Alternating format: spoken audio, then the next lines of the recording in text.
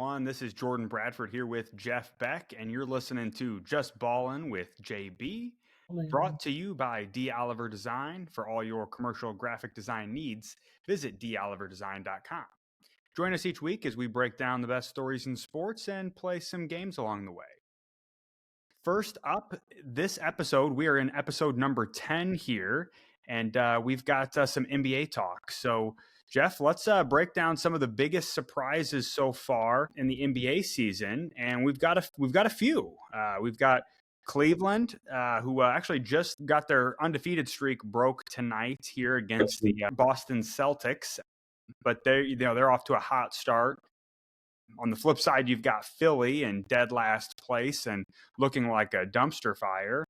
And then over on the West Coast, we've got Golden State and the Lakers, both being led by some old guys to some impressive starts. So, Jeff, what is the biggest surprise so far in the NBA? Well, I'm going to start with the least surprising of those, just to touch on that one first. Philly in last place. I mean, that to me is the least surprising out of those four things. I think with the trade of Paul George, we kind of expected them to be in that spot to make a run and have some things go their way. Embiid's played well, MVP seasons, and that felt like maybe the next piece with Maxey really coming up, looking like a young star for him. But there is just something about them. I like the Philadelphia Eagles, so nothing against Philly, obviously. But I just think when you watch them and you think about them and talk about they just don't feel like a team that can ever win a championship. There's some of those players that are really good, and you're just like, I don't know if that guy can ever be the number one option to carry a team to a championship. And I don't know if that's totally feels like Embiid, but I would say the play on the court doesn't, but everything else, the intangibles kind of do. And so at the end of the day, that one is just really the least surprising to me of all four of those. I'll jump into the most, what I find to be the biggest surprise, and then we'll kind of touch on the mix. I got to go with the Cleveland Cavaliers starting at 15-0. I mean, that's just when you think about being 15, that's a lot of wins in a row, especially in a league. You think about baseball. The worst team in baseball beats the best team in baseball. Probably, every single season it happens at some point, or the top end teams versus the bottom end teams. So it happens, and NBA is not that far off with an 82 game season. But 15 straight in general, 15 to start. Last team to have anything close was the Golden State Warriors in 2015-2016 season, and they start 24-0. Finished 73-9. We all obviously know about the Golden State Warrior team. Other than that, before the night or after the knees, the only other team to even have a streak like that was the Miami Heat in 2013 with Dwayne Wade, LeBron James, and Chris Bosh. When you think of the Cavaliers, I just would not even think of that team in the same conversation as those guys. I like Donovan Mitchell. Mobley's got some skill. I mean, they got some players, right? They got a few good players, but you just would never put them in that conversation. So to me, to get off to that start and just not have anything random happen in the first 15 games to get a loss up until tonight, that's just, pretty surprising, right? Like I said, we'll touch on some of the other ones too, but that to me is just, I'm pretty shocked. I mean, Embiid is sat out every other game. How they just haven't dropped one of those games is just pretty remarkable to me to start the year. Yeah, Cleveland is looking fantastic, really, to start the season, and they're doing it with old school basketball style, where they built a team with continuity.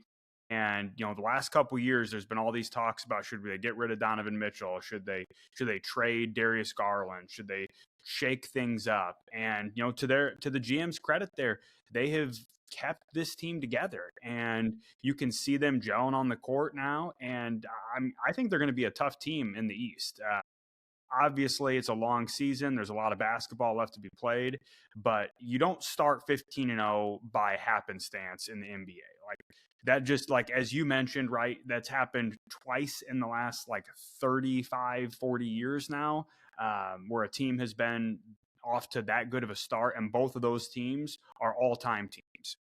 So, We'll see if Cleveland becomes an all-time team, but I would say right now they're doing everything well, and they don't have any real weaknesses. Evan Mobley is starting to kind of play a little bit more like a lot of people thought he would play when they drafted him.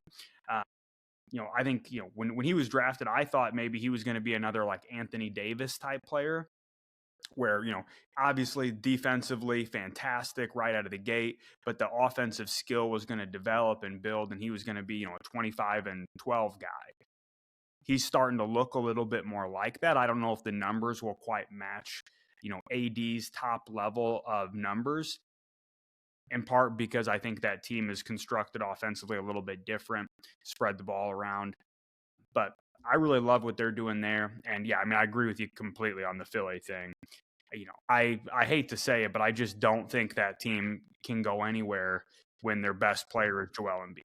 Like, yes, he obviously is a super talent when he's on the court and playing. But the problem with him is that in part he is injured all the time, and that's a real shame. But it does beg the question of what percentage of his injuries is on him, right? Because you see a lot of guys who are constantly putting money into their bodies, right? LeBron has talked about how he spends $1 million a year on his body. Joel Embiid makes enough money where he could spend that same amount every year if he wanted to, and instead what's happening is he's getting called out by his own teammate and co-star, if you will, Tyrese Maxey, for showing up late to, I believe the quote is, for everything. So that's a pretty bad look. And if you're Philly right now, I don't even know what you do with this, because who would want to trade for Joel Embiid at this point? He's already on record saying he will not play 2 games in a row. So that's, you're going to pay him a full salary for half the work. That's usually not a recipe for success. And even when he's been on the court this year, it has not looked good. He's barely been on the court. So, there's something to be said about a little rust, but I don't know where they go from here. It looks like they should have traded Embiid to the Knicks a couple years back when the Knicks were, hounding them to trade for Embiid. So it looks like the Knicks, I think, dodged a pretty big bullet there. But yeah, the East is a little shaken out, I think, a little differently than what we expected, but certainly not as it relates to Philly. Yeah, no, I mean, last comment kind of on the Sixers and Phil, it feels like kind of like a Dallas team when you think of the NFL. I mean, we've just been so in the NFL talks. I feel like the comparisons are just so easy to make. But, a team like Dallas, where you can have some great records, you might have an MVP candidate, you do, or you have one close, or Defensive Player of the Year. You have these players and this talent, and you can stack up some wins, but all of it could go a decade and nothing really truly to show for it. I hate to say that. Again, I don't wish bad on any teams. I don't dislike Embiid, but I just have a really good feeling that that's what it's going to be. I mean, you get the hardened player. They just don't seem, and obviously hindsight's 2020. You don't always know these things about these players ahead of time, right? I mean, Embiid is probably an example with the injuries he had, some of the stuff he was going through. Then he looks really good. You don't know, is he going to be a guy who never performs in the playoffs, or what's that going to look like? But they just appear to be like they're going to be one of those teams. And I think when you ask where are they going to go, I think where they're going to go is they're going to just keep being a team that sticks with these guys, brings in players that are talented but a little bit flaky. They can finish, top 4, top 5 in the conference most years. Might make it to the playoffs and lose a game or lose a series. Maybe they win one, but that's going to kind of be the extent for them. And I look at them in kind of a contrast to some of the other teams we talk about as potentially surprises. And you look at the Golden State Warriors. That's not a surprise because that's the opposite of what Steph Curry is. It's the opposite of what Draymond Green is. Like, love or hate Draymond Green, probably most people hate him if you don't live in the Bay Area. But the guy is a warrior. He competes. I'm not saying he takes care of his body at the same level LeBron James does necessarily, but he obviously is doing a heck of a lot more than Joel Embiid is doing for his body. Steph Curry, I think, is working way harder than people realize. He reminds me of kind of the Pat Mahomes, like uber talented. People just think that they just like wake up like that. Like no one can shoot that well unless you're in the gym nonstop shooting the ball. Like you have to put in that work. So like it's not surprising to see them doing that well. Maybe at the level it's a little surprising, but they brought in Buddy Hield, Kyle Anderson, some good veterans that fit kind of the system they want, and their young players are finally playing well. I mean, you got Kaminga finally looking like a decent player for them. Moody's actually looked really good. That was a good acquisition a couple of years back. I think he's been on the team. Jackson Davis is playing really well as a big man for them. Not crazy shocking. It's surprising because Curry and Draymond are the age they are, but when you look at the work they put in and the champions they are, it's not shocking. And then, you touch on the Lakers briefly. Really, the same story with them. It's shocking because LeBron's 41, but also, like, what else would you expect, right? I mean, he's even come out and said he's not going to play until the wheels come off. He's going to realize when he sees a pretty steep decline or feels it, and he'll want to get out. So I assume as long as he's in the league, he's going to be able to hold his own and be reasonable. Can't do it every night, but 4 triple doubles in a row, I mean, it's just nothing new. Anthony Davis is playing like an MVP like we thought he could. And JJ Redick, again, I understand the skepticism that came with him, but I also feel like he was a young player that those guys respected. It wasn't LeBron's best friend. It was a player that he met through the league who was a mentor to him and that he respected. So I totally get why they're feeling good with him. That Dalton Knecht guy is a great little rookie. They finally might have hit on a rookie that can play immediately. Golden State, some of these other guys seem to be really good at that. The Lakers were not. So those are good stories. But I think in contrast, compare and contrast to the Sixers, that's why the Sixers I don't see having anything happen, and why I wouldn't be totally surprised if the Lakers or Golden State can go on, maybe one last run, this year. I think both of them potentially have it in them. I don't know how you feel about it, but I think Yeah, either one of those teams point, could make a decent run in the Western Conference. Yeah, I think at this point it would be awesome to see the Lakers and the Warriors continue on their trajectory here. And if they both finish at the 2 and 3 seed, we might get a chance to see them late in the playoffs face off against each other at least one last time. LeBron versus Steph, because you don't know how many more years we're going to get of this. And, you got to soak it in, because the last couple times we've seen them, they've played in the play-in or, just regular season games, because we don't get to see LeBron and Steph in the finals anymore like we did for what felt like a better part of half a decade. So, yeah, you hit it right. I mean, those are two teams that do things the right way. Their stars do things the right way. They work hard. They clearly put in the effort and the energy and the money and everything that it takes to, stay healthy and, go through that grind. I even think people underestimate how difficult it is for even someone like Steph Curry to be as good as he is at his age. LeBron, I think, has kind of made people forget that Steph is 36 years old. It is very unusual for a 36-year-old to be good in the NBA, like, let alone great. So LeBron's kind of like changed people's perspectives a little bit, like how Tom Brady did that in the NFL. And so everyone was like, well, of course Aaron Rodgers will be good in New York, right? Because Tom just did it, and Tom was basically playing till he's 45. It's like, well, actually, it's a Yeah. lot harder to do that than it looks. And the Jets are finding out firsthand that not anybody can do that, whether they, are super talented or not.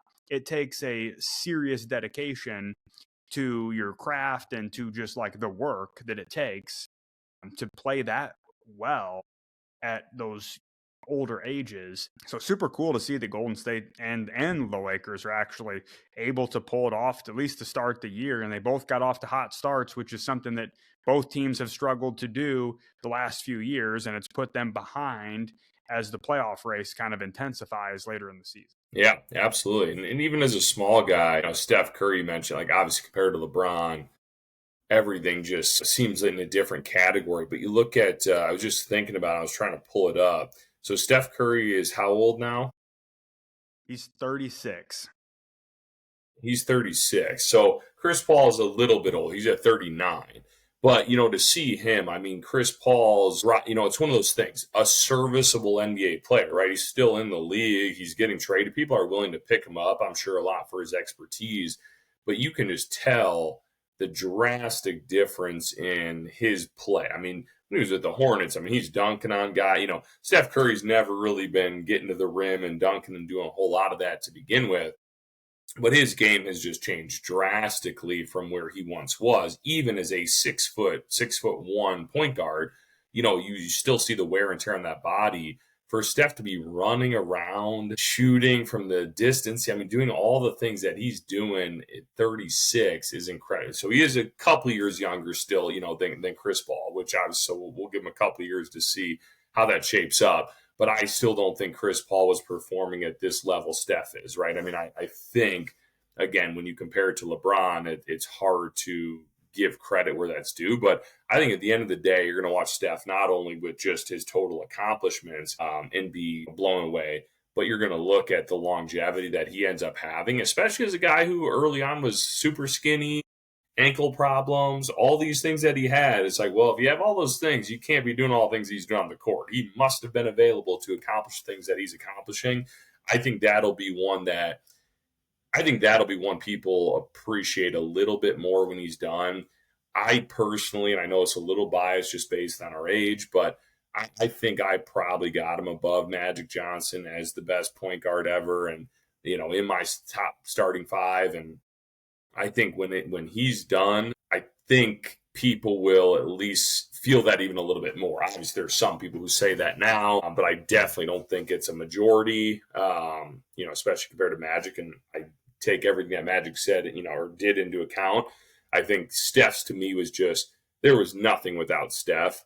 Where Magic had Kareem early, he had a really good team to step into. So some of those achievements he has weren't really just purely on him. Still an incredible player, but it's even the Kobe thing a little bit. When you get Shaq that early, when you have some of that stuff so early, and it's like you didn't have to grind. You can give LeBron a lot of crap for leaving Cleveland and doing these things, but he was like Michael. They worked and built these things and did them on their own. I mean, Steph was there. I mean, they built around him. Obviously, great management, great everything that they had there to make it happen. But he was a part of it. So I think people really appreciate what he did once he's done playing, and we'll see when that is. He could still go for a while. Yeah, and I know that the NBA has changed a lot since Steph came into the league, and that is in large part due to Steph and the fact that he shoots so many threes. But I think some of the numbers that he's going to end up compiling from a 3-point shooting perspective are just going to be very difficult to beat, if ever, because the type of longevity it's going to take for anybody to put up these numbers. I mean, he already has 88 threes made in his career, and he could play for another couple of seasons. Last year, he made 357 threes. So, I mean, he's making, like a what's James Harden at? Because he just got into second place, right? Yeah, is James he over Harden 3,000? No, he's not over 3,000. I don't believe He's still 20 something. Yeah, James is he's 29.77. So he's close. He's close, but James Harden is also 35, so he's similar age to Steph.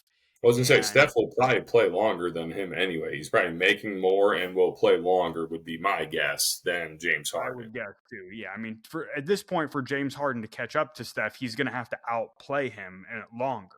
At least I don't a few think James years. Harden is capable of treating his body well enough to be the ability to play beyond Steph for a number of years and then play at a level good enough to be making 200 to 300 threes a year. So Steph's about to put up some numbers that are going to be difficult to surpass, just like LeBron is doing with the Lakers right now. Like, no one is ever going to get to 40,000 points, probably ever again. Like, it just is unfathomable what he's doing from a point scoring perspective, especially for a guy that I don't know if any point in time in his career has he ever been viewed as the best scorer.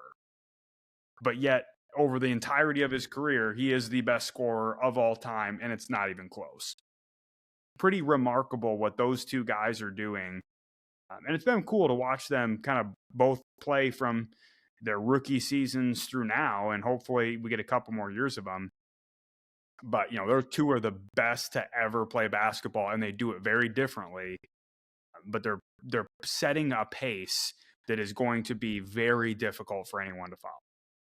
Yeah, and it's in a lot of these talk shows and podcasts where you're debating all these things, I think that's one when you look up some of these stats, it's remarkable just to be able to watch all these things like in your lifetime, truly. You know what I mean? Like watch the Miami Heat, when LeBron's there, it's like that's an incredible team. You watch the Golden State Warriors, you watch Tom Brady and the Patriots, you're watching Patrick Mahomes and the Chiefs. I mean, we've the Yankees. We've had some pretty incredible in our life to call it the last 30 years. Some of those obviously a little bit earlier on in our lifetime. We don't remember that well. I mean, even Michael Jordan and the Bulls. We were young kids. I was a bit older than you, but I mean, we've seen some of the greatest talent that'll go down in history, as you say, with like LeBron the points. Who knows? I mean, that could be one that will last easily as long as we live. I would guess that'd probably be the case. I mean, Kareem held the record for how long? I would think that'll be the case. I mean, Steph with threes. I mean, there could be some ones that we watched like in our prime time of watching sports that might last until we're as old as can be. And we can be telling your new child all about it and just be like, hey, did you ever, know about this guy? We used to watch him all I mean, it'll be pretty wild. Yeah, absolutely. So hot start to the NBA. But let's switch gears and go over to the National Football League a little bit here. Talk about some big games that we had over the weekend. I figure why don't we just start off with Eagles Commanders? That was the Thursday night game, and we'll touch on the lock of the week later that you had, but that was a good win for you. But yeah, Eagles Commanders. So what's the story here? Are the Eagles the real deal? Are they, Super Bowl or bust at this point? Is Washington maybe losing some of that steam that they had at the beginning of the season? What do you think is more likely? I kind of look at it, both ways. I wouldn't call the Eagles Super Bowl or bust, which I think is probably the biggest positive for them. You could talk about the Cowboys being Super Bowl or bust, every year just because of who they are, or the Patriots because you're back to back. There's an element of pressure that comes with that. When you have an expectation to perform, there is pressure that's involved in that, and it's not just the players, it's the coaches, it's the fan. I mean, everybody. When you're cheering for your team, but you expect something that your level of excitement, your level of cheer is different, and so I think the Eagles actually had that going for them in a super positive after the way they collapsed last year, which was an epic collapse. I mean, there's really no other way to put it. The pressure really was released from them. Come out this year and take some time to figure games out. And it's shocking. I mean, the way the media is changing on these guys entirely from fire the coach and you guys have a supernatural funk and something's wrong with this team completely to all. So I'm like, I think there's only one team that can beat the Lions in the NFC, and it's the Eagles. And all of a sudden, like that's the new conversation. And so I think, to me, they don't have a lot of pressure. It's not Super Bowl or bust. We did obviously fell apart last year. Super Bowl 2 years ago fell apart last year. I think they can make it. If they go on a nice run and do some good things and improve with the new pieces they've added, whether it's the coaching staff or whether it's some of the players. Rookie Kenyon Mitchell, whether it's Saquon Barkley. I mean, a lot of new pieces, a lot of stuff that's building. They get to the playoffs and get to the NFC Championship, let's say, and lose to the Lions. I do not think that's a failure at all. I think they could play well in that game and people will like what they saw. So I think they're in a good position for that. I think the Commanders got off to a really nice start, and you give them a ton of credit for doing that. It put them in a decent position to make a run for the conference, especially with the Cowboys falling out. But I think they'll be the team that will come back down to earth more, so to speak. I said that I thought they'd turn Jaden Daniels over once or twice. They got him only once, not twice. But they did get him to throw a pick. Only 191 yards, 65% completion, somewhere around there. And he had been a lot higher, obviously, all year. Got sacked 3 times. So I think the Eagles' defense is absolutely blowing people's minds. I do not think people saw that at all. I think people thought after last year they had a very poor defense, and it's turned out all of a sudden to be a very good defense and one of their better pieces. I think Jaden will he'll go through some struggle. He started off great, and like I said, great credit to him. Coaching staff put him in good position. Kingsbury's been known to see a decline in offense over the season. Rookie quarterbacks have had, a history of not being able to take their team deep into the playoffs. So, yeah, I think the Commanders are a solid team. I think there's nothing wrong with them. I think they'll win some games. I think they'll have a really good season. They'll have a very positive season based on what they started from. I don't think they're a contender at the end of the day. And I think the Eagles are kind of the flip flop of that, where they started off poorly this year based on how they finished. And I think people are going to see what they truly are. Is they do have a lot of really good pieces, a lot of good talent. Something need to get mixed up, and it did. And they're going to hopefully get on a nice little roll. So I like it. I'll leave you with last Eagles stat for them. So the last 6 games since their bye. So they had their bye. They played 6 games since there. 5 of those 6 games, they've scored at least 26 points or more. Since that bye, 5 of those 6 games, they've only given up 18 points. So you look at that, 18 points a game is going to win you a lot of games. 26 points a game scoring is probably going to win you a decent amount of games. And if you're doing both of those things, you're winning by more than a touchdown. So I think both sides of the ball are doing what they need to do to win some games, and I like where they're positioned. Yeah, the Eagles are, they're an interesting team to me because they started off this win streak that they're on with a game against the Browns, which was one of the weirder wins for a team in the NFL. Like they won the game. The Browns were in the middle of like turning into this dumpster fire that they are. But if you recall in that game, Sirianni's chirping with fans. He brings his kid to the podium. Super weird. Like everyone was kind of like, "Hey, I know you won that game." That was the first game of this win streak. That was the first game of the win streak. That was after a That's loss to the crazy to think Buccaneers where about. they got blown out. And so, like, everyone, I think after that game was like, you won that game, but it felt like your season's over now. And since then, they have just been blowing everybody out. Now, they didn't blow out the Jaguars, but, like, let's be real, that game was a blowout. And they just let off the gas, let the Jaguars score at the very end. That was a game that, that was one that I called as a lock because I thought it would happen that way. The Jags would just backdoor cover, and they did. But it was not a game that the Jags were ever going to win. And the Eagles have just been playing well. Now, they've got a couple tough matchups coming up here. They go at LA, they play the Rams this week, and then next week they go to Baltimore. So we're going to see kind of what they're really made of here in the next couple weeks. And that Baltimore game is looking real frisky because of what Baltimore just did, against Pittsburgh, which we'll get into. But I think on the flip side, Washington, I think they're going to end up with a really, really good record that's deceiving. Because if you look at the rest of their schedule, they play the Cowboys twice, they play the Titans and the Saints. So 4 of their remaining 6 games are against teams that they should easily win those games. If they lose any of those games, those will be big losses for them.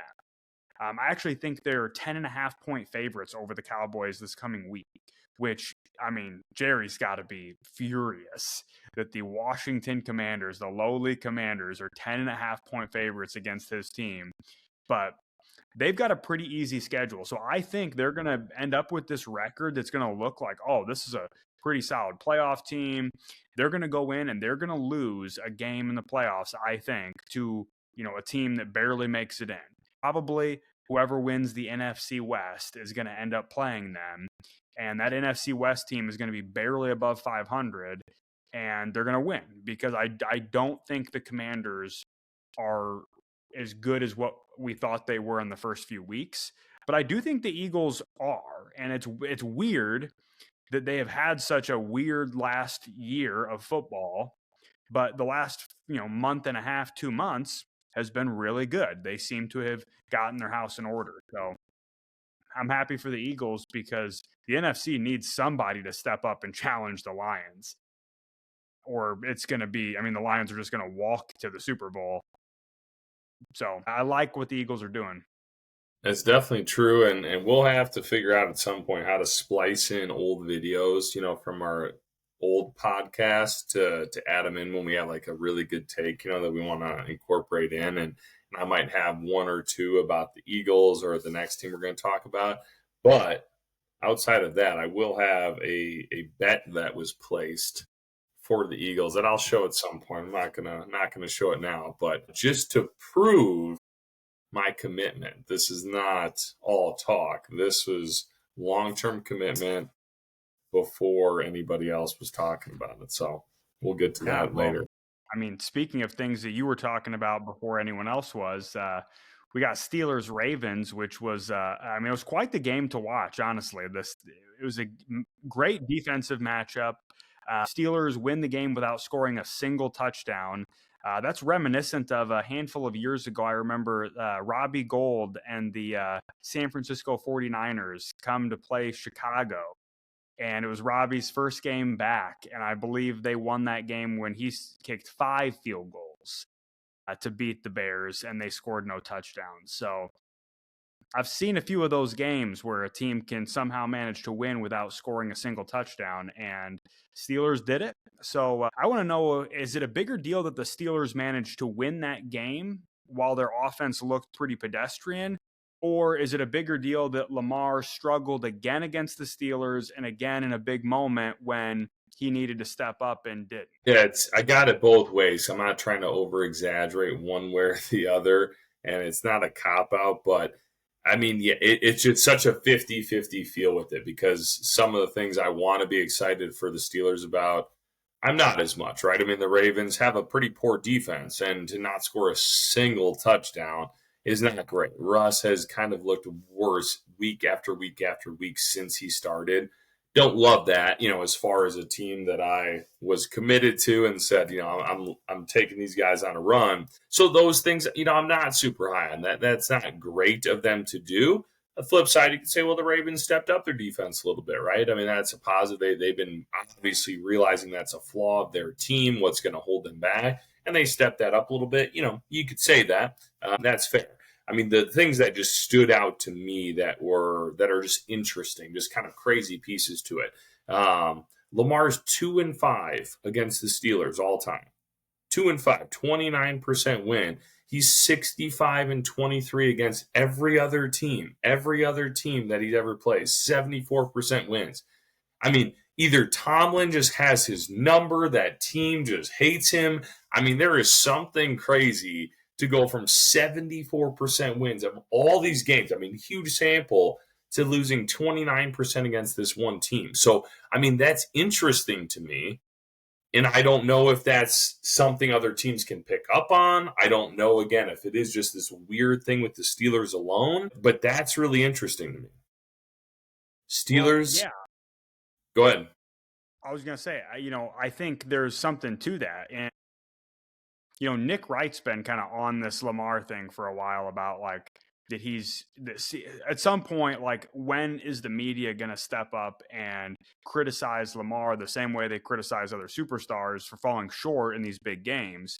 But to your point on the records, right, I think there's something to this. So I don't remember the exact numbers, but you said that he's roughly 74% against all teams, right? Mm-hmm. He's only 2-5 against the Steelers, his primary competition in the division. I know the Bengals have been good the last couple of years, but like the Steelers are that's the rivalry, right? It's Baltimore versus Pittsburgh, and you're 2-5 against the Steelers. He's also 23-1 against the NFC. So I'm wondering, is there something to this where the more you've seen Lamar Jackson, the more you've played against him, the easier it is to play against him? And the less you've seen of him, the harder it is to game plan. Because the NFC seems to struggle significantly against him. So if they ever make the Super Bowl with him, they're probably a lock to win it, because whoever they're playing is going to be a team that has not played him much or at all. That's interesting. But, here he goes. And when we get to the playoffs, right, who does he run into? Teams that have played him enough times. He runs into, like Patrick Mahomes and the Chiefs. they've seen Lamar a lot. And Andy Reid is one of, if not maybe the best coach of all time. Certainly in the conversation, especially if they manage to win this year and complete the three-peat. But, that's a great coach who has seen him enough times that I think has figured out, like, you can't stop him from doing everything, but you can limit him and force him into doing things that you want him to do. And I think Mike Tomlin, another fantastic coach, and probably is a little underrated now at this point. I get that, he's only won the one Super Bowl. So I think that there are some people who feel like he's overrated. But you look at what he's done with that Pittsburgh roster over the last 20 years or so that he's been the coach there. It may not be quite 20 years, but it feels like it's almost 20 years. A lot of those years, they were picked to be third or fourth in their own division. And they're winning record every single year. So he's obviously a great coach. And I think that Lamar at some point is going to have to figure out how to win these games, or we got to stop giving him MVP awards. Like, he's probably going to win the MVP award again this year. And he's going to be a 3-time MVP with a pretty awful record in the playoffs and against big opponents in big games. So to me, that was the bigger story here. I'm actually much higher on the Steelers than I was at the beginning of the season, just because I think that defense is fantastic. I think Russ has figured out how to play within the system, and they've put together a system that will work. So I think Pittsburgh can, duke it out with anybody. I don't know that I believe the same thing about Baltimore at the moment. Obviously, Lamar's probably going to come out, in his next game and have a fantastic game, and people are going to be back on the Lamar for MVP train. But, at some point, you've got to win these big games and play well in the big games too. Yeah, you mentioned like the MVP thing, and I'm huge on the cycles, just like how everything in life cycles. Like, I just believe in that stuff. And so to me, I look at, it's like maybe the NBA is ahead of the NFL on certain trends or something, but like feels like the NFL was never that much of a thing. The MVP seemed to happen. And again, it's not about who's judging and who's voting for it. It's more just like how it flows. But it's like when you're Tom Brady and you put up good numbers and your team's winning, like that's who we want to be MVP. And there's not that many guys that are even putting up huge numbers when your team sucks, right? Like that's pretty hard to do if you really think about in the NFL, because you could be Joe Burrow, right? Which I think we're going to touch on later, so I won't get into that too much. But you could have these talented weapons, but if you have no line, you can't put up numbers, right? But the NBA is different. You could have a shitty everything, and you can still put up numbers. Like that's not difficult with only 5 guys on the field. And so I feel like we're almost starting to see this shift. Someone said it today. It might have been Mike Greenberg said, the Dallas Cowboys almost feel like they're an NBA team with like this big 3. Like we got Dak, we have CeeDee Lamb, and we have Micah Parsons. But then like your next guy it might be like a barely above average even player, whereas some of these other teams have like 10 guys that are like all pro, like really good players. And so you're starting to almost see that like Lamar Jackson feel where it's like, it's hard to deny the MVP numbers, but in reality, it's not translating to wins. And I'd be the first person to say, I had the Ravens up in our standings because I feel like when I see some of those wins and the way they win, I do feel good about it. But I think the big difference, and I've been the guy high on the Steelers all year, but I've also last week was even saying, like, I don't feel like they're, maybe really a true contender. This is one of those games that almost gives me that flip-flop to that, is saying, like, the Ravens are a little bit more of the show. They can win some games by some big margins and look incredible, but I don't know if they have a single gritty win all year. I mean, and I was going to say the 2 biggest wins I think I've seen, at least recently, if not all year, is this wins for the Pittsburgh Steelers against a division opponent, not scoring one single touchdown and winning, and Detroit Lions winning last week, throwing 5 interceptions and being able to pull that win out against a team that we all believe to be a pretty top team there, definitely a playoff team. I mean, those are the wins that you're sitting there saying it's kind of the Chief things. Like, you're winning all these games. You're finding a way to do it. And we know you're not lucky because you're the Chiefs and you've done it. You've showed it. You have the pedigree for us to believe it's real. You're not like the Vikings, was it last year, that won like 10 out of their 12 one possession? Like, that was a little lucky. There was really nothing to behind them that was like, all right, this, you have a good track record to pull these out. Chiefs do. So I believe in that. Ravens just kind of seem to be a little bit more of that showy team, where this win to me for the Steelers was like, okay, I didn't love that you guys didn't score a touchdown, but I like that you were able to pull it out without a touchdown. And then last thing I'll leave you with, looking forward, Steelers have the Browns, Bengals, Browns are their next 3 games. They already have 8 wins. They were projected to get 8.5 for the season. So there's your Mike Tomlin credit. They're basically at what their over-under was with how many games left? 5 games to left. They have Browns, Bengals, Browns. All in division. I understand that. In theory, they could lose all 3 of those. I'm taking them to win 2 of those 3 games. Whether you lose one to the Browns, beat the Bengals, I mean, that's got 2 wins written all over it, at least for me. Ravens, as you mentioned, is a tough game for the Eagles, but obviously it works both ways. The Ravens play the Chargers, Eagles, and then a bye. So there's 3 weeks coming up. The Steelers have a decent chance to go 3-0. They'll probably be favored in every one of those games, I would guess. I'll bank 2 wins. The Ravens could, in theory, be 0-2 after the next 3 weeks. I mean, the Chargers are looking good again. We'll talk about them in a minute. But we've already talked about the Eagles. They could be 0-2 over the next 3 weeks, and the Steelers could be. So not only are they not going to win the division if anything like that occurs, they're going to be flirting with that wild card. The Broncos right now are only a game back at 6-5.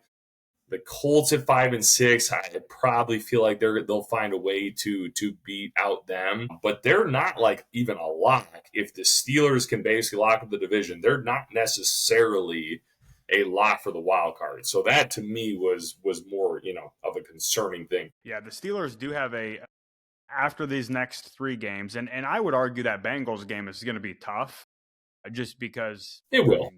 We talked about it last week. The Bengals are tough against everybody, even though they don't seem to win any of these games. They're getting either getting terrible luck, or they're just like barely not good enough. I don't know what it is 100%. It's certainly not Joe Burrow and Jamar Chase's fault.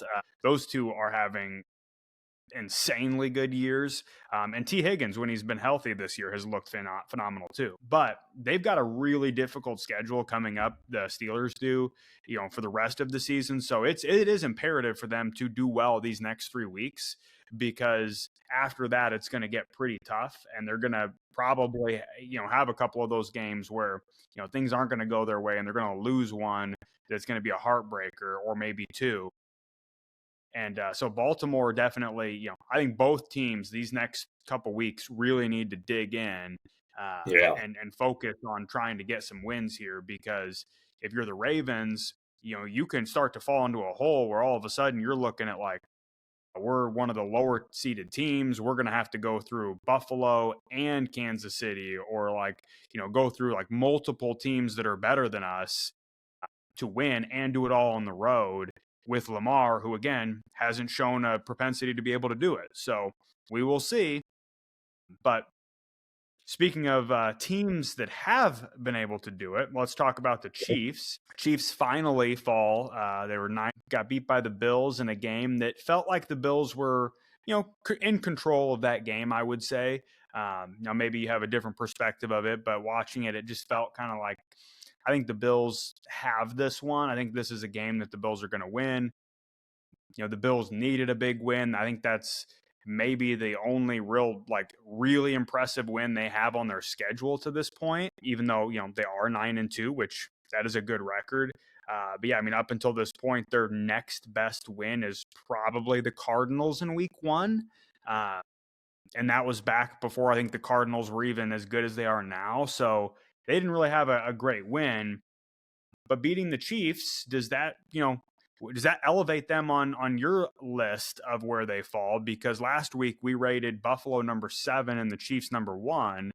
I don't think Buffalo rises to number one from this, but do they move up a little bit after a pretty surprising win? I would almost flip the question a little bit right back to you. Not as much as does it change how I think about them as far as in the standings, are they number one or number two? But I mean, how big does that win end up being in what the playoffs end up being for these guys? I mean, if Kansas City Chiefs win that and they go what to 10-0 and the Bills go to 8-3, I mean, the Chiefs have the tiebreaker, they have that win. I mean, there's really nothing left to even play for in the regards of top seed by that those kind of things. Now all of a sudden, I mean that every bit of that is in play. The Bills don't have to look at who they beat or what impressive wins they have. This isn't college to them. Like, we don't care about what you're impressed about. It's if the numbers fit, we're there. I mean that drastically all of a sudden changed the possibilities of that. I mean, what's your thought more so even on that to me then? Are you putting the Bills ahead of them? Maybe you do for the week. Maybe you think, okay, the Chiefs were bound to lose a game, but all of a sudden that whole spot, that top seed is up for grabs like it's nothing all of a sudden. Yeah, I do think that obviously the game probably meant more to the Bills than it did to the Chiefs, even though the Chiefs, were undefeated, and there was starting to get a little bit of that talk of like, could they go undefeated and do the three-peat? I heard Nick Wright say this again. Another thing that he said that I agree with is I think there's a little bit of the monkey off your back kind of thing now for the Chiefs. Like, now we don't have to worry about talking about undefeated anymore, which I don't think they were ever going to go undefeated. So I think that that's probably, a relief that now that they're not going to be asked about that the rest of the season. And I do think had they won that game, people would start talking about it. They'd be like, okay, now you're 10-0. You've won. At that point, they would have won 18 games in a row, I believe, would have been the streak. So their streak snapped at 17 already. So they had 17 wins in a row, dating back to last season and through the playoffs. So I think that, the Bills obviously won a game that I feel like was pretty much a must win for the Bills if they think they're a Super Bowl contender. Also, it's just one of those games that, like, it just kind of felt like Bills probably just need this win enough, and they're talented enough that they're going to figure out a way to win it. And I do think it's big for for Buffalo in the standings as we get to the playoffs. But I'm looking at the Chiefs' schedule, and I don't think the Chiefs' schedule is all that daunting going forward. I think they've played a lot of their toughest games already. That doesn't mean that they haven't played anybody, or they don't have some tough games left. They've obviously got game against the Chargers, the Texans, the Steelers, and Broncos. But I still think they're going to be favored in all those games. So that's an advantage to them. Whereas I think Buffalo's got a few games on their schedule that's left that are going to be pretty tough. I mean, their next 3 games, they get the bye this week, but their next 3 games are San Francisco, who is fighting for their life right now. Then they go to the Rams. That's going to be a tough game for them. Across the country, playing a team that I think is getting better by the week and healthier by the week. And then they have to go to Detroit, which is like a buzzsaw. And if they get blown out by Detroit, I mean, that could be a bit of a litmus test of the Bills aren't as good as their record suggests. Because one thing Detroit does well is if you're not a very good football team, they are going to expose it to the world because Detroit is going to come to play. And that's a tough next 3 games they've got. To their credit, the next 3 games after that are Patriots, Jets, Patriots, which should be 3-0. But, they could go 1-2 in these next 3 weeks, and I would not be shocked. So, yeah, needed to win that game, and I think that all it says to me is that Buffalo won a game that they really needed to win. yeah, and I don't disagree with that. I think unfortunately for the Chiefs, that game came at that time, and now it could have came at 7-0, 8-0, right? Like it probably could have been any number of these games that they would have played that would have felt like, well, they got this undefeated streak. It probably is better off for them at the end of the day that they don't do it. We saw it with the Patriots go through it. I mean, literally in a NFL comparison to it. We've seen it even with the Golden State Warriors doing the 73-9 after they had just won a championship. They set the record by one game, right, over an 82 game season. They barely beat it, and then they couldn't pull off the finals. I mean, with one of an epic collapses, right? I mean, are those tied together? Who knows? But I mean, we all watched that Patriots team. I know you were a big fan of Tom Brady, if not the Patriots, and I always liked Tom Brady. I mean, I love Randy Moss. He's my favorite receiver of all time. I wanted to see him win that more than anything, and they didn't pull it off. So you wonder how much that does weigh on people when you're already going for a three-peat, which is just another level of stuff.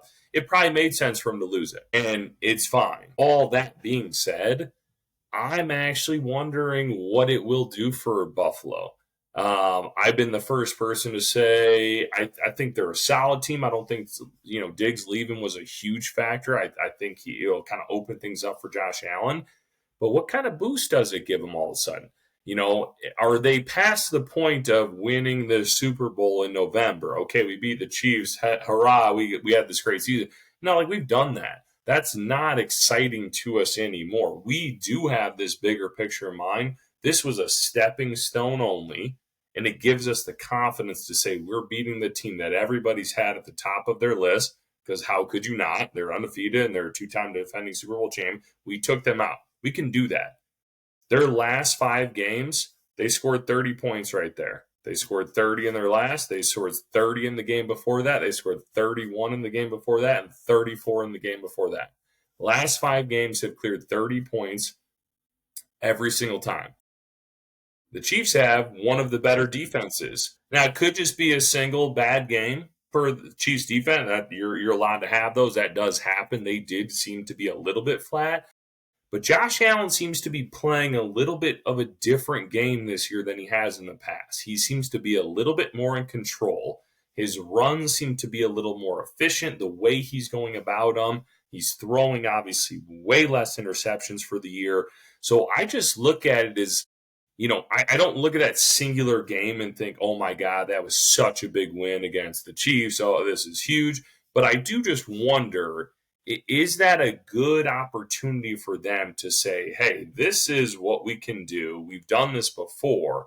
Now we actually have something bigger in mind and almost have kind of that perfect stepping stone as to where they're really trying to get to. So I was looking at their schedule as well. I know you obviously had already read off quite a few of the games. I think the Bills have a harder next few games. Chiefs have a harder few games after that. I thought the schedule looked pretty comparable. I can't remember what I thought. It was like 3 wins apiece or 4 wins was like pretty doable. That wouldn't be too hard.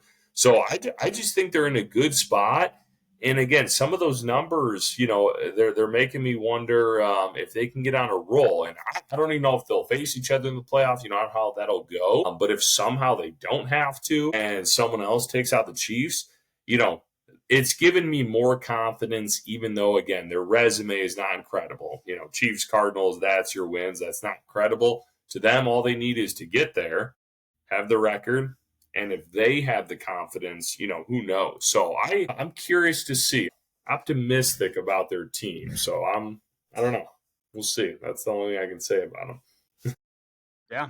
It was an impressive win, so they needed it and they got it. Last game we'll talk about here this week is Chargers Bengals. So once again, the Bengals are that team that impressive win for the team who gets to play them that week, or maybe it isn't. I don't know at what point do we no longer think this, but I think, there's a chance that the Chargers finally got their signature win, because this was another thing we talked about the week before was, we had the Chargers at number 10 in our rankings. And I think in large part it was because who have they played? Who have they beat? And they play, they go up against the Bengals, a team that, again, playing for their life. Joe Burrow looking great. That offense just, is a really, really solid offense. The Chargers beat him. And Jim Harbaugh gets a signature win with the Chargers. Are they now going to be perceived as a bigger threat in the AFC? after a win like that? Yeah, I think there's absolutely no question. I mean, it gets old every week, saying it's a good win over the Bengals when everyone beats them, and I get it. But I think that these were the key things, I think, to me that stood out, that not only reinforced that, but that give me confidence in the Chargers moving forward. So again, I've been saying it for 5 weeks now. The Bengals are toast as far as the playoffs. Not because I think Joe Burrow sucks or the team is absolutely garbage, but they clearly just cannot win any of these close games. And it now does appear to be really falling on the defensive end of things. I'm not saying I didn't believe that a little bit, but it's just one of those things. Again, you look at Tom Brady, Patrick Mahomes, like, your numbers don't always have to be great. Just figure out a way to win. Like, keep the games close. And again, both of them have had pretty good defenses for most of their career. Maybe not Mahomes early on, but they have. But you always want to think that, right? In all these sports, you want to say whoever the best players will figure it out. But I saw these stats, and you might have seen the same ones, but Burrow has thrown for, through 11 games they've played now, 3,000 yards passing, 27 touchdowns, and 4 interceptions or less. He's thrown 4, I believe, but or less. There's only been 5 players who have ever done that through 11 games. Joe Burrow is one of them. And they're, 4-6 now? 4-7. 4-7. 4-7 there. Yeah, 11 games. Yeah. 4-7. The other guys, this wasn't through 11 games, but their finishing record by the end of the year, which we can obviously just do the math, is not going to be possible for the Bengals. Brady did it twice. They finished 16-0 and 13-3. Aaron Rodgers did it twice. They finished 15-1 and 13-3. Mahomes did it once, finished 14-2, and Drew Brees did it once, was 13-3. So it's only been done by 4 other guys. A couple of them did it multiple times, and every one of them finished 13-3 or better. It's obviously a non-possibility for the Bengals to be in that position at 4-7 currently. So, and the it was a little bit of, okay, maybe the numbers are inflated, maybe there's something else weird. But then I looked at the Chargers, because we've been talking about them. We liked what Harbaugh's doing, and was saying, okay, we kind of like where this team's at. Wasn't super impressive really, but we liked where they were at. The Chargers were 6-3 going into this game. They had not scored 30 points all year long, over 30 points all year long in 9 games. They score 34 against the Bengals. Is that why they win? You could say they only lost by a touchdown, right? I mean, backdoor covers, all that stuff is all fine. I'm not saying the game was back and forth the whole time. I do feel like the Chargers were playing well the whole game. But, I mean, that's pretty shocking. The Chargers had not scored over 30 points all season, 9 games, and then they put up 34 against the Bengals. So when I see those 2 numbers, when I see what Burrow's doing, and I see that the defense finally, the Chargers finally score 34, I got to say a lot of that's on them.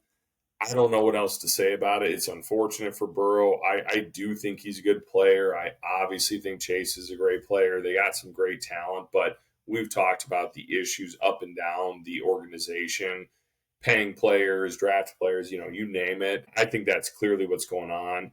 I think the Chargers, though, I really do like where they're headed. I think they do have a really good chance. I think Harbaugh has somehow come in and almost created like the Kansas City Chiefs culture right away, which maybe Josh Allen and them are starting to get to, is realizing, hey, we have super talented quarterbacks who most people consider immediately like top 5 quarterbacks in the league. But you don't have to do that every time. You got to figure out, and really I would bring it all the way back to Tom Brady model. So Tom Brady did for his whole freaking career. The guy could do it when he had to do it. When he had the talent, he could do it. But all he said was just figure it out. If we're going to have 5 rushing touchdowns and 0 passing, it is what it is. I'll take the win over doing that any day of the week. Mahomes has been doing that now the last couple of years, and look what we've seen happen. I think the Chargers are fine. They've always been the high flying. Herbert throws it, bombs it, gets crushed by saying, let's run the ball a little bit more. Let's be efficient. 297, 2 touchdowns, no picks. Rushed for 65 yards this game. Beautiful. That is an excellent game. If he can do that every single game, I think the Chargers can have a nice little run over there. Not sure how far they could get, but I mean, I wouldn't bet on anybody over them 3 points. I don't think by the time we get to the playoffs, I think I'll feel pretty good covering a field goal. I'll say that.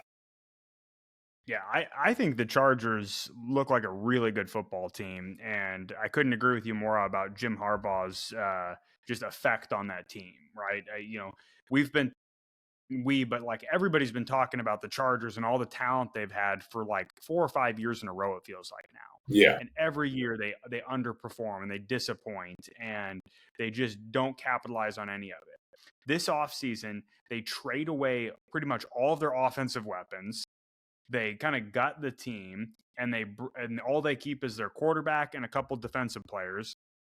Granted, some pretty good defensive players, but like guys that were on the team in the years prior when their defense was terrible. yeah, With a true. defensive head coach, bring in Jim Harbaugh, and immediately that is a defense that nobody wants to play against.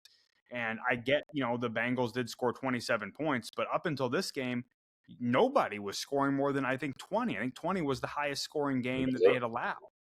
And so their defense is very, very good. And Justin Herbert is a really good quarterback.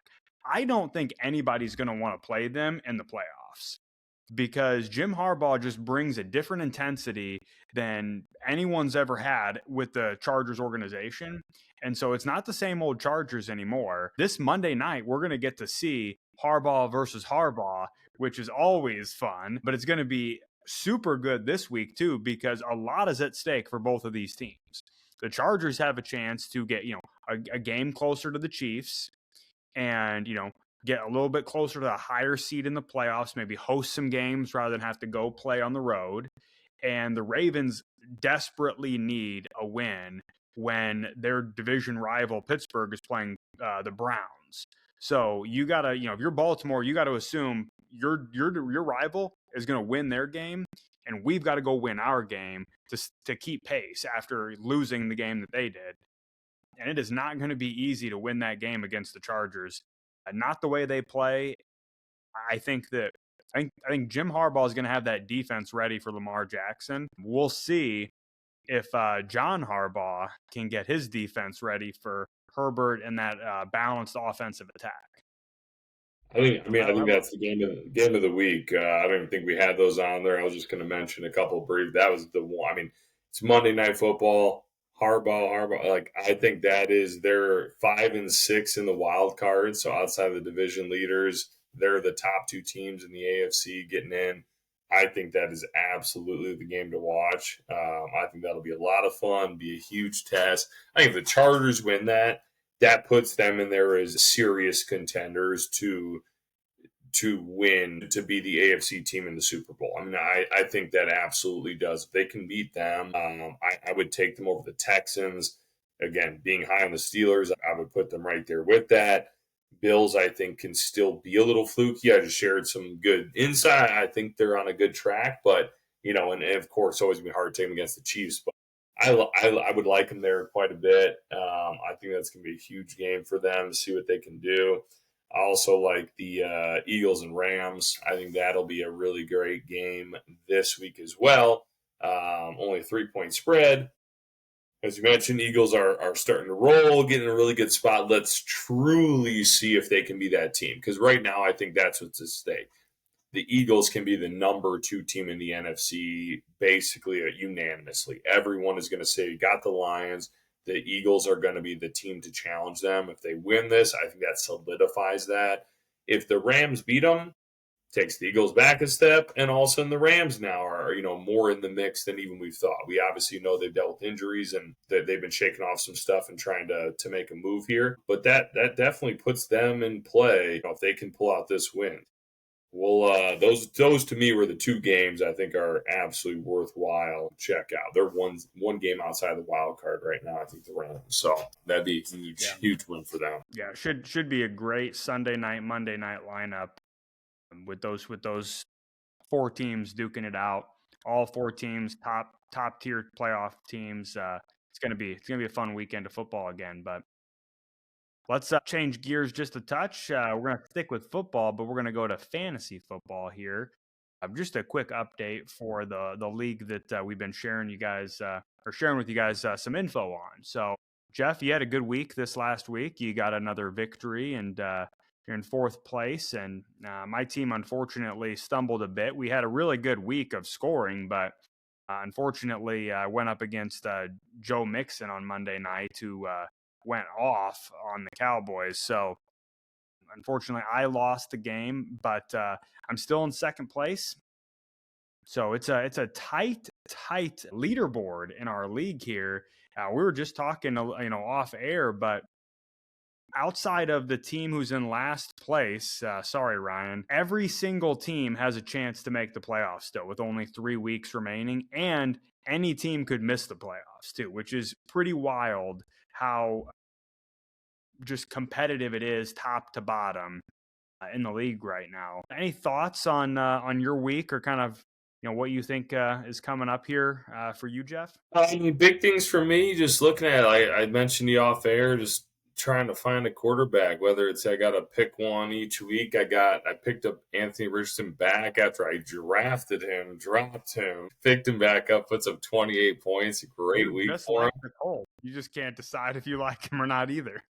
Well, I decided every time whether I liked him or not, and I've been correct. I think maybe one game I played him when he sucked, but he got dropped, so I dropped him, and then I brought him back when I saw he was starting. I'm like, let's go, I'm taking him. So yeah, I started him, 28 points, solid. I thought Caleb was going to be my starter, and then he puts up 6 points. So that's kind of where I'm at. Two young quarterbacks, obviously systems that don't appear to be elevating them by any means at this point. Caleb would be better this week as well. So we'll see. I mean, maybe I'll end up with two decent quarterbacks I can pick from, or it'll be two pretty bad quarterbacks that have an up and down week, and I got to pick the right one. So that's going to be really my biggest thing. It was great to get Nico Collins back. I mean, my God, this has happened. I think he was out, obviously, on injured reserve.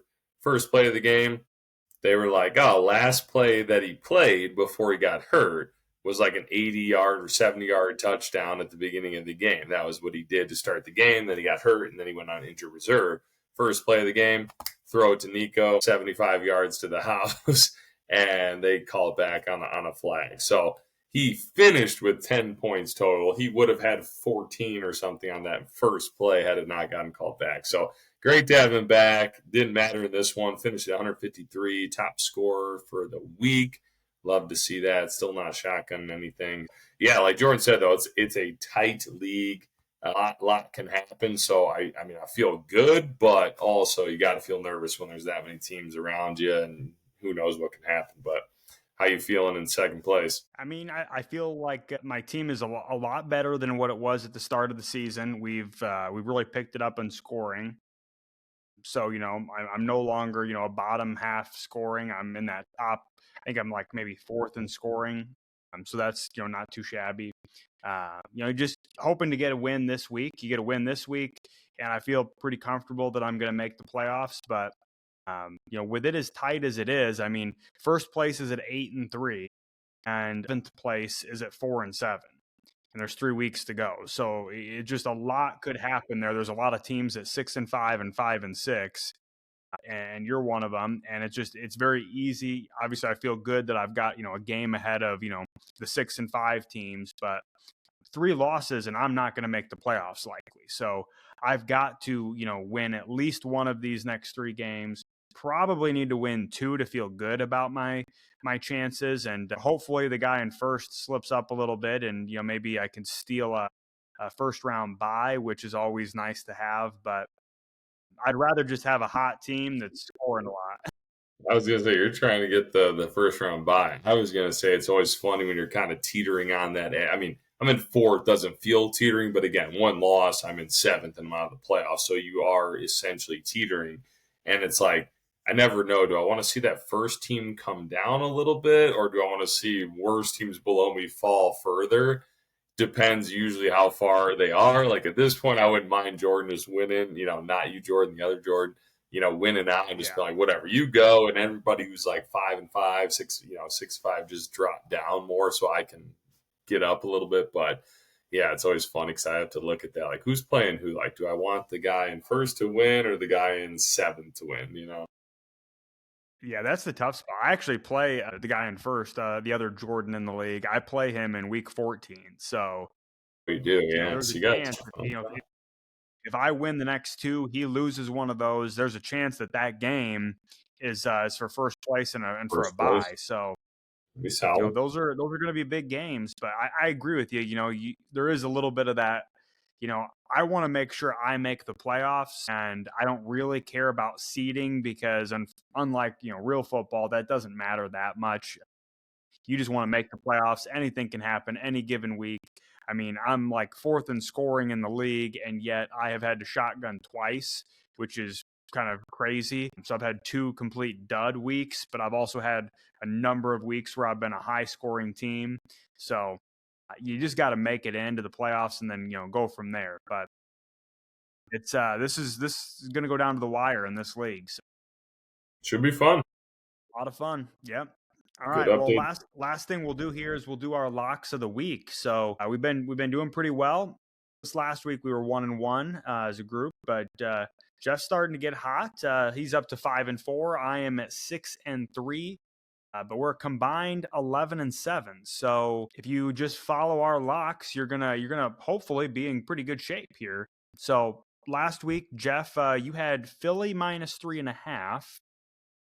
They covered that. That was the Thursday night game. That was a pretty good game for the Eagles. Tough game for the Commanders. Yeah, I liked it all the way. I think we already touched on the Eagles quite a bit early on that game, I guess in general. But yeah, I think the Eagles are heading in a really good direction. I think Jalen's taking care of the ball a little bit better, which was a huge concern for a lot of people. And I think the defense is just leaps and bounds better than what people thought. Those rookies that they have and sophomore players from last year, the rookies last year that we thought would be really good that really didn't step up last year.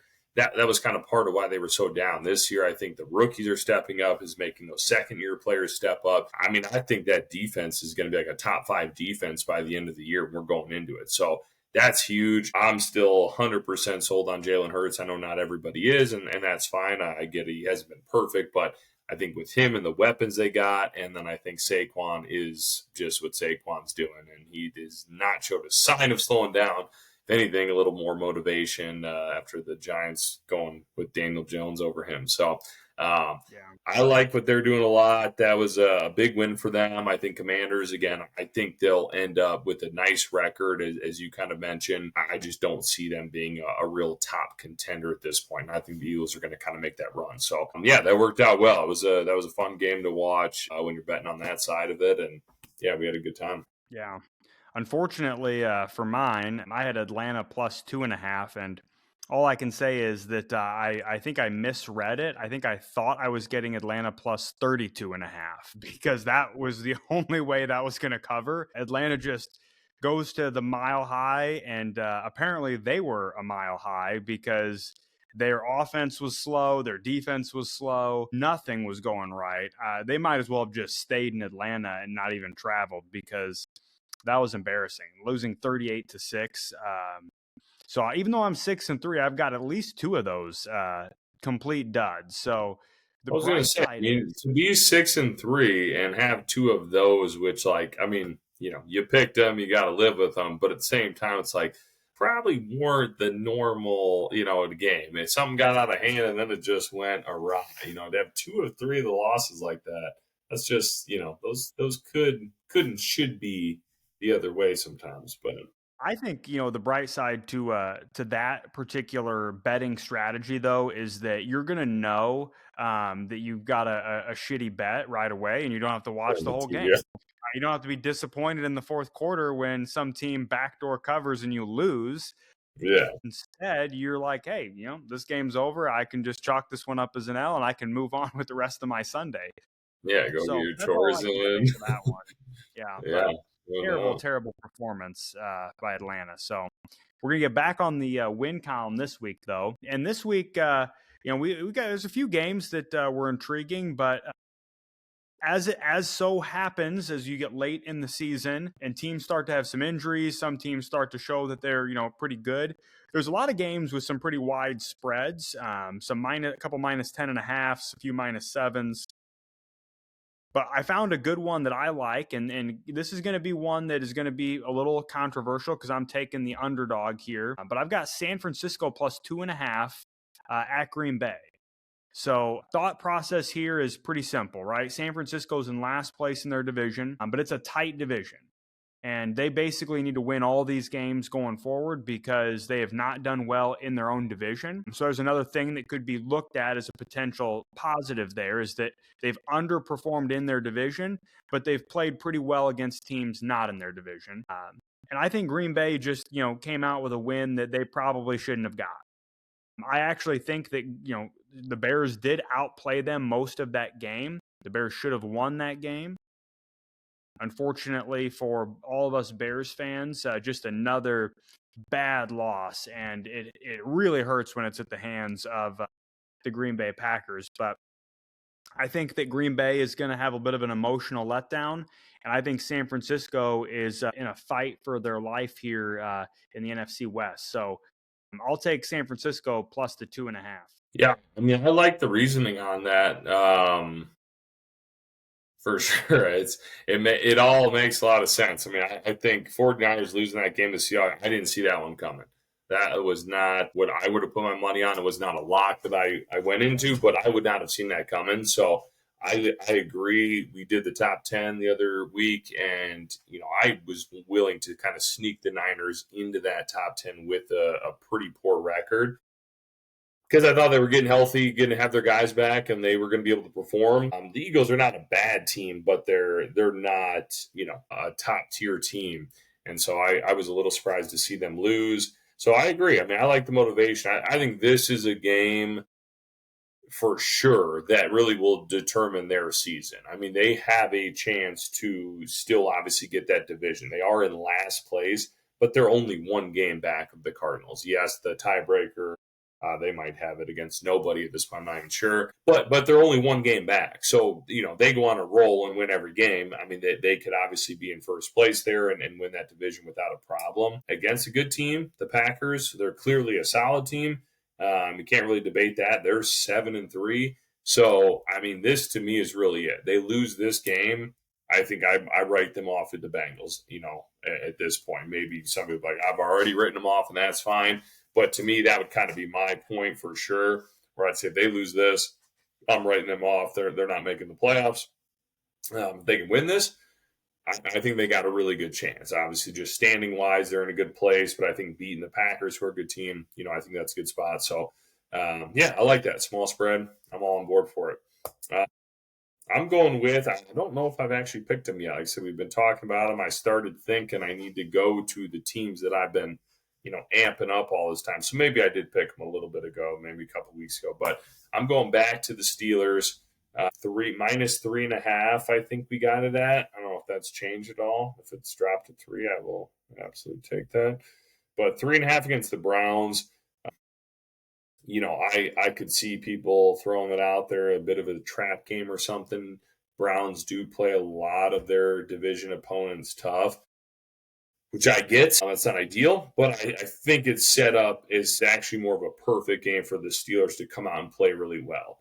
They just beat the Ravens. You could argue they're on a high, big win. That's great. But at the same time, they literally did not score a single touchdown in that game. So the defense played great. It's going to feel like a game the offense feels like they owe the defense a good game, a good performance. And there's not really a better team than the Browns to be able to do that against. I think the Steelers, regardless, are going to play pretty solid defense. Even if they don't have their best stuff, I think they're going to play good. The Browns, we saw Jameis, have a good first game. Jordan was trying to get him a starting job. He was sending his resume out to every team that would take him. But they lost 27-10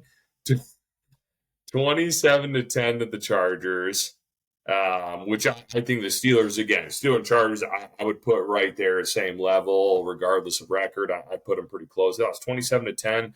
They had a bye week, so they had their chance to kind of react, get things together, come out, right, just as we bet on the Steelers this past week, saying, like, it's off a bye, Tomlin's ready to roll, good strategy. They come out and they lose 35-14 to the Saints. I mean, we've already written off the Saints like 4 times this year. to me, 2 blowout, 17 points, and then what is that? 21 points back-to-back weeks with a bye in between that. I just don't feel like they have anything really going for them. Obviously, Jameis Winston has the capability at any moment to have a really good game. The guy has some odd talent, but I just think the Steelers' defense is too good and too consistent to let anything crazy happen on that end. And I think the offense is going to feel like they owe the defense a good, solid game. They did not do, I guess they did enough this past game, but I think they're going to take that kind of personally. Like they need to do a little bit better. So I think 3.5. Again, love the field goal if you can, but I could see them winning this by 10 points or so, maybe even more, which I think would be a nice win for them. Yeah, going with another Thursday night game. You seem to have a pulse on these short week games. You know who's prepared and who isn't. So Pittsburgh minus 3.5. I like that. I like the confidence. I think Pittsburgh is obviously a much better football team than the Browns. I was just looking at the box score of that Browns Saints game, and like Jameis actually played a pretty reasonable game. I mean, he threw for like 390 yards. He had 2 touchdowns, no interceptions, no fumbles, and yet they've still only managed to score 2 touchdowns as a team. So yeah, I mean, he's not a bad quarterback by any stretch, but I think that's a bad football team. I think that defense is very bad. Yeah. And I just don't think – I think he's going to struggle against Pittsburgh. Jameis is one of those guys that, he'll throw a couple to you, throw a couple to me. Like, that's going to probably happen. He hasn't thrown a lot of picks this year, but I think that this is a recipe for that to happen this Thursday, a short week, against a really difficult defensive opponent for them, interdivision. I think what you said about the Steelers wanting to get back on offense and score a couple touchdowns is true. 28-17 Steelers. Lock it in. Like it. That's a lock if I've ever heard one. So we're gonna wrap it up for today for episode number 10. Thank you for listening. As always, don't forget to like and subscribe. You can also shoot us comments or questions, and we'll do our best to answer them as they come in. But we'll see you next week. And again, don't forget to lock those bets in. So